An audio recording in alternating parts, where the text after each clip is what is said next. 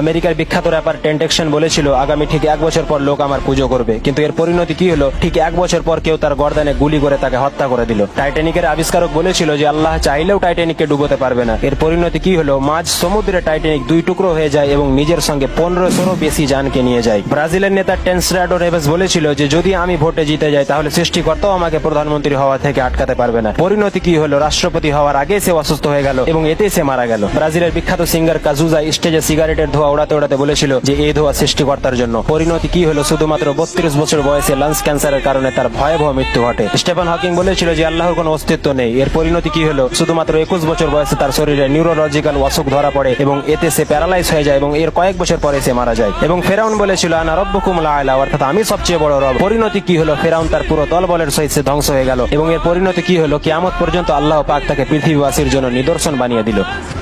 أوضح كيد الغاشم